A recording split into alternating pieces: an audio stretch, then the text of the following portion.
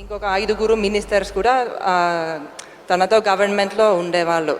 So అప్పుడు Finland ఇంకా famous అయిపోయింది. అదే చూడండి, ఫిన్లాండ్లో గవర్నమెంట్ని కూడా ఓన్లీ లేడీసే చూసుకుంటున్నారని. సో నేను అలాంటి బ్యాక్గ్రౌండ్ నుంచి వచ్చాను. ఇక్కడికి 2008లో వచ్చాను. ఆ తర్వాత మాకు కూడా చిన్న పిల్లలు ఉన్నారు. సో నేను వెంటనే బిజినెస్లోకి దిగలేదు. కానీ అప్పుడు మాకు బిజినెస్ ఐడియాస్ వస్తే ఇప్పుడు మా ఫ్యామిలీ వాళ్ళు ఇక్కడ చాలా సపోర్టివ్గా ఉన్నారు. ప్రత్యేకంగా మా అత్తగారు నాకు చాలా సపోర్ట్ ఇచ్చారు. ఆవిడ వైజాగ్ నుంచి, ఇక్కడ వైజాగ్ వాళ్ళు ఉంటే చల్లపల్లి రామారావు గారు, చల్లపల్లి సూర్యారావు గారు తెలుసేమో, వాళ్ళు వైజాగ్లో పెద్ద బిజినెస్ పీపుల్. సో వాళ్ళ ఫ్యామిలీ బ్యాక్గ్రౌండ్ ఆ బిజినెస్లో ఉంటే వాళ్ళకి ఆ ఐడియాలో ఉన్నాయి. అదే ఆడవాళ్ళు కూడా చేయొచ్చు, మగవాళ్ళు చేయొచ్చు, అదే బిజినెస్ ఆపర్చునిటీ ఉంటే ఎవరైనా చేయొచ్చని. సో మా అత్తగారు, మా ఆయన కూడా నాకు చాలా సపోర్ట్ ఇచ్చారు.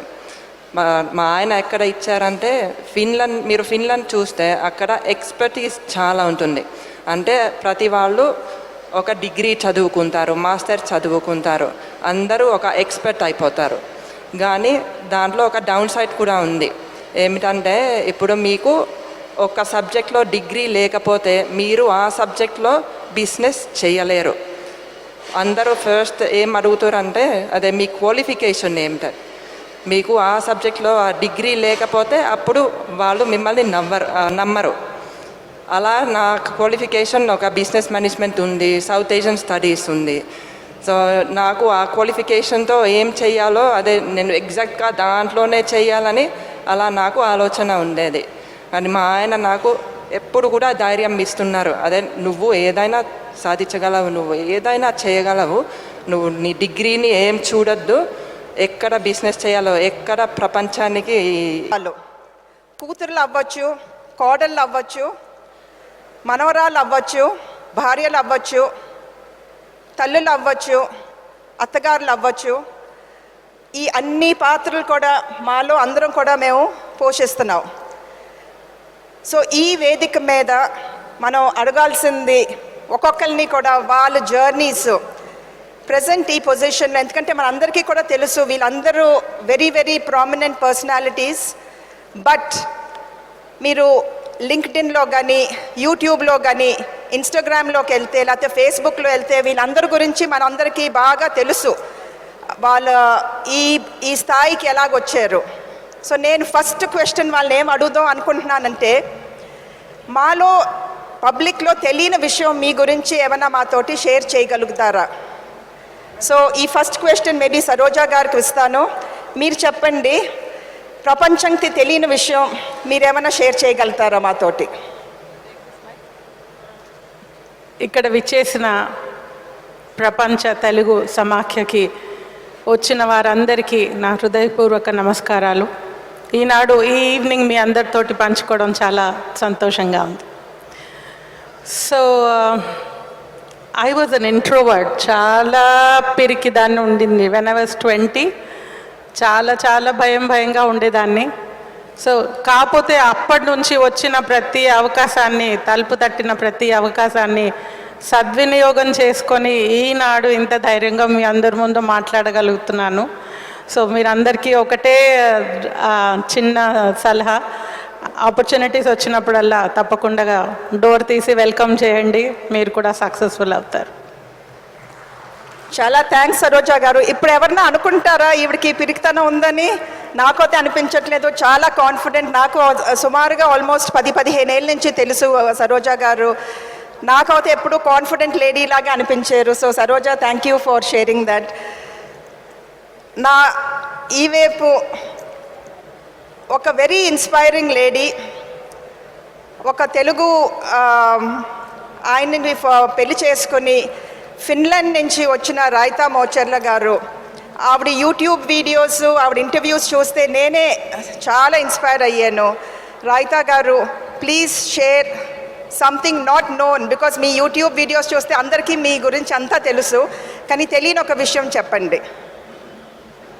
నా తరఫు నుంచి కూడా అందరికీ నమస్కారం. ఇప్పుడు వనిత గారు చెప్పినట్టు నా యూట్యూబ్ ఇంటర్వ్యూస్ చాలా అయ్యాయి. అంటే అందరికీ నా గురించి అన్నీ తెలుసేమని నేను అనుకున్నాను. కానీ ఇంకొకటి ఉంది. నేను చిన్నప్పుడు ఫ్లూట్, పియానో, చర్చ్ ఆర్గన్ ఆ 3 ఇన్స్ట్రుమెంట్లు వాయించేదాన్ని. అప్పుడు నాకు అది చాలా ఇంట్రెస్ట్. నేను మ్యూజిషియన్ అవుదామని అనుకున్నాను, కానీ నేను మ్యూజిషియన్ అవ్వలేదు. నేను ఇండియాకి వచ్చి ఇక్కడ బిజినెస్ స్టార్ట్ చేశాను. ఐ థింక్ అది మన అదృష్టం. రైతా గారు ఏదైతే ఆవిడ ఊహించుకున్నారో అది జరగకుండా మన తెలుగు రాష్ట్రాలకు వచ్చి మన తెలుగు అబ్బాయిని పెళ్లి చేసుకొని ఇక్కడే ఆవిడ బిజినెస్ని స్థాపించటం ఐ థింక్ మనం అందరికీ కూడా చాలా గర్వమైన విషయం అది. అలాగే పద్మజ గారు, మీరు అందరు అన్నట్లు సింగపూర్ నుంచి ఈరోజు ప్రొద్దుటే వచ్చారు. చాలా థ్యాంక్ యూ అండి వచ్చినందుకు, to spare this time with us. So మీ గురించి, though we know so much about you from no your social profiles, మీ గురించి ఒక తెలియని విషయం చెప్పండి. See if that works.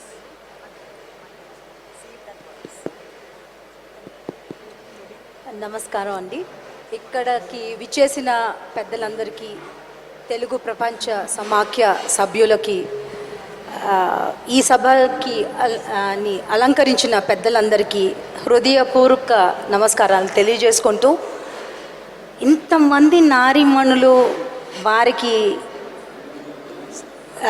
ప్రోద్బలంగా support ఇస్తూ మీరు ఇంతమంది మమ్మల్ని ఈ వేదిక మీద ఇలా నిలబెట్టినందుకు ముఖ్యంగా నా జన్మభూమి అయిన తెలుగు రాష్ట్రంకి ధన్యవాదాలు తెలియజేసుకుంటూ, నేను ఒక 28 ఏళ్ల క్రితం పెళ్లి చేసుకొని సింగపూర్కి వెళ్ళాల్సి వచ్చింది. ఇక్కడున్న నా మినిస్ట్రీ ఆఫ్ టెక్స్టైల్స్ది చాలా లుక్రేటివ్ జాబ్ అనిపించింది. అప్పుడు అయ్యో ఇంత మంచి ఉద్యోగం వదులుకొని వెళ్ళిపోతున్నానని. కానీ అండి, నాకు నా జన్మభూమి మనందరికీ ఇది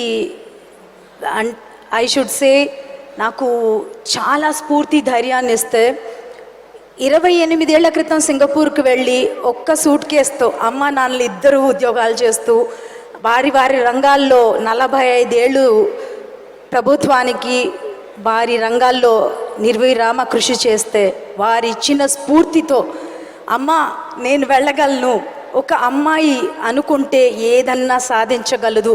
తన తండ్రి, భర్త, ఇప్పుడు నా కొడుకు సింగపూర్ ఆర్మీలో సర్వ్ చేస్తున్నాడు. సో వీళ్ళందరూ అంటే నా తోటి స్నేహితురాళ్ళు, నాతో పనిచేస్తున్న వీళ్ళందరూ అంటే నాకు అక్కడ పనిచేస్తున్నారు. నేను కంపెనీకి 3 కంపెనీలకి అధికారికంగా నేను బాధ్యతలు తీసుకున్నప్పుడు చేయగలనా అన్న నాలోనే ఒక ఇది వచ్చినప్పుడు నాలో ఉన్న ఆ ధైర్యాన్ని తట్టి లేపింది అమ్మ. అమ్మ ప్రభుత్వ రంగంలో అంటే విద్యారంగంలో 45 ఏళ్ళు ఒక ప్రొఫెసర్గా చేస్తే ఆమె ఇచ్చిన ప్రతి ఒక్కటి, నేను సరోజ గారు చెప్పినట్టు చాలా భయంతో ఒక అంటే చేయగలనా అన్న ధైర్యం నాలోనే ఇది ఉండేది. సౌత్ ఇండియా నుంచి అండి ఆ కాలంలో ఫ్యాషన్ ఫీల్డ్లో 90s ఎర్లీ 80sలో ఫ్యాషన్ ఫీల్డ్ నుంచి వెళ్ళిన వాళ్ళు చాలా తక్కువ మంది. బాంబే, బరోడాలో అలా వెళ్ళి నేను చేయగలను అని ప్రూవ్ చేసుకోవడానికి నాకు ఇది చేసినప్పుడు ఇంత దూరం వచ్చానా అన్న అనుకున్నప్పుడు వెనక తిరిగినప్పుడు, అందులోనూ ఈరోజు మిసెస్ రాజా చౌదరి గారు ఉన్నారు సింగపూర్ నుంచి, విజయపుట్టి గారు ఉన్నారు. నాకు as a Kamala club president, ఇది 100 ఏళ్ల చరిత్ర ఉన్న ఒక క్లబ్, దానికి ఇప్పుడు ప్రెసిడెంట్గా నేను నిర్వహిస్తున్నానంటే ఆ కాలంలో నెహ్రూ గారు 1950లో ఆయన కమలా క్లబ్ అని స్థాపించారు వాళ్ళ కొంతమంది నారీమణులతో. అలాంటి సంఘాలకి కూడా నేను ఆదర్శంగా తీసుకొని ఇలాంటి మహిళా అందరినీ ఇంత ముందుకు వచ్చానంటే ఇది నాకు నా జన్మభూమి ఇచ్చిన ధైర్యం. అక్కడ నాకు ఫోకస్ ఆర్గనైజేషన్ ఎలా నడపాలి అన్నది సింగపూర్ గవర్నమెంట్ నాకు చాలా నేర్చుకున్నానండి 25 ఏళ్ళలో. ఇది ప్రతి ఒక్కరూ మీరు కలలు కనండి, మీ కలల్ని మీరు ముందుకు తీసుకెళ్ళండి, ఇది ఒక్కటే నేను చెప్పగలను. చాలా థ్యాంక్స్ పద్మజ గారు. I think me parents especially తల్లిగారు ఇచ్చిన ఆత్మ బలం మీరు దాన్ని స్ఫూర్తించి ఆ ఆత్మబలాన్ని మీరు ఏదో అంటే కాంట్రిబ్యూట్ చేయగలిగారు. I think that is the greatness in you. So thank you so much for sharing that story. And now we come to the last panellist శ్రీవిద్యారెడ్డి గారు. మన బాగా ప్రముఖ పుల్లారెడ్డి ఇన్స్టిట్యూషన్స్ మనవరాలు, ఇప్పుడు ఆవిడ ఆ ఎడ్యుకేషన్ ఇన్స్టిట్యూషన్స్ని నడిపిస్తున్నారు. బాగా I think different innovative initiatives తోటి ఆవిడ తీసుకొస్తున్నారు అండ్ నెక్స్ట్ జనరేషన్ మీద చాలా ఇన్ఫ్లుయెన్స్ చేస్తున్నారు. శ్రీవిద్య గారు, మీ గురించి తెలియని విషయం ఒకటి చెప్పండి. అందరికీ నమస్కారం అండి. నూతన సంవత్సర శుభాకాంక్షలు, సంక్రాంతి శుభాకాంక్షలు మీ అందరికీ. సో మీరు వనిత గారు అన్నట్టుగా ఈ మధ్య ఎవరి గురించి తెలియని విషయాలంటూ పెద్దగా లేవు. మీరు ఫేస్బుక్, ఇన్స్టాగ్రామ్ ఓపెన్ చేస్తే అందరి గురించి అంతా ఉంది అక్కడ. బట్ తెలియని విషయం అంటే ఇప్పుడు నేను కాలేజెస్, స్కూల్స్ నడిపిస్తూ ఉంటాను. సో జనరల్గా పిల్లలతోనే ఉంటాను. హై స్కూల్ స్టూడెంట్స్ కానివ్వండి, కాలేజ్ స్టూడెంట్స్ కానివ్వండి. సో ఎవ్రీడే నా దగ్గరికి ఏదో ఒక కంప్లైంట్తో స్టాఫ్ వస్తూ ఉంటారు. వీడు ఇలా చేస్తాడు, ఆమె ఇలా చేసింది, మాట వినట్లేదు, అది ఇది అని. నా గురించి తెలియని విషయం ఏంటంటే బయటికైతే వాళ్ళని తిట్టాలి, ఎందుకంటే వాళ్ళు మాట వినట్లేరు, టీచర్స్ చెప్పింది చేయట్లేరు. కానీ ఎక్కడో లోపల ఏమనిపిస్తుందంటే ఎవరిలో అన్నా ఈ రిబెల్ యాటిట్యూడ్ ఉంది, ఎవరన్నా మాట వినట్లేరు, క్వశ్చన్ చేస్తున్నారు అంటే దోస్ పీపుల్ ఆర్ స్పెషల్. ఎందుకంటే they want to do something different. వాళ్ళకి ఏదైనా నచ్చని విషయం ఉంటే వాళ్ళు బయటకు వచ్చి చెప్తున్నారు. లేకపోతే వాళ్ళకి ఏదన్నా బోర్ కొడితే టాపిక్ వాళ్ళు వినట్లేరు, వాళ్ళు కాన్ఫిడెంట్గా వినట్లేరు, చెప్తున్నారు వాళ్ళ టీచర్కి, ఇంకా బాగా చెప్పండి, కొంచెం వింటాము, ఇది టాపిక్ కొంచెం బోరింగ్గా ఉంది అని. సో బయటికి కొంచెం స్ట్రిక్ట్గా ఉన్న అలాంటి స్టూడెంట్స్ నా ఫేవరెట్ స్టూడెంట్స్. ఓకే. సో వీళ్ళు అండ్ ఆఫ్టర్ గ్రాడ్యుయేషన్ తర్వాత మేము చూసేది ఏంటంటే వెనెవర్ ఈ కార్పొరేట్స్ వీళ్ళందరూ ప్లేస్మెంట్స్కి వచ్చినప్పుడు వాళ్ళకి కావాల్సింది వీళ్ళే. సో నాకు తెలియని విషయం అంటే అదే. చాలా బాగా చెప్పారు శ్రీవిద్య గారు. యాక్చువల్లీ అలా చూస్తే ఐ థింక్ మనలో అందరం కూడా ఎక్కడో రిబెల్ చేసే మేబీ ఈ స్థాయికి వచ్చామేమో. బికాజ్ మేబీ ఒక 40-50 ఏళ్ళ క్రితం తెలుగు మహిళలు బయట రంగంలోకి వెళ్ళటం, అలాగే ఉద్యోగాలు చేసుకోవటం చాలా తక్కువ. ఇప్పుడు చూస్తే ఐ థింక్ ఆ సిచ్యువేషన్ చాలా మార్పు వచ్చింది. But even today corporate, especially corporate రంగంలో చూస్తే ఆర్ హెడ్ ఆఫ్ ఇన్స్టిట్యూషన్ చాలా తక్కువ శాతం ఆడవాళ్ళు హెడ్ చేస్తున్నారు. సో అటువంటి ఒక సిచ్యువేషన్లో ఎస్పెషలీ లాస్ట్ 30-40 ఇయర్స్ చూసుకుంటే ఒక్కొక్కరిని నేనేం అడుగుదలుచుకుంటున్నానంటే ఎటువంటి ఛాలెంజెస్ మీరు ఫేస్ చేశారో అవి ఎలాగా మీరు ఓవర్కమ్ చేసి ఇప్పుడు ప్రజెంట్ స్థాయిలోకి రాగలిగారు. మేబీ ఒక 2 టిప్స్ ఈ నెక్స్ట్ జనరేషన్కి చెప్తే.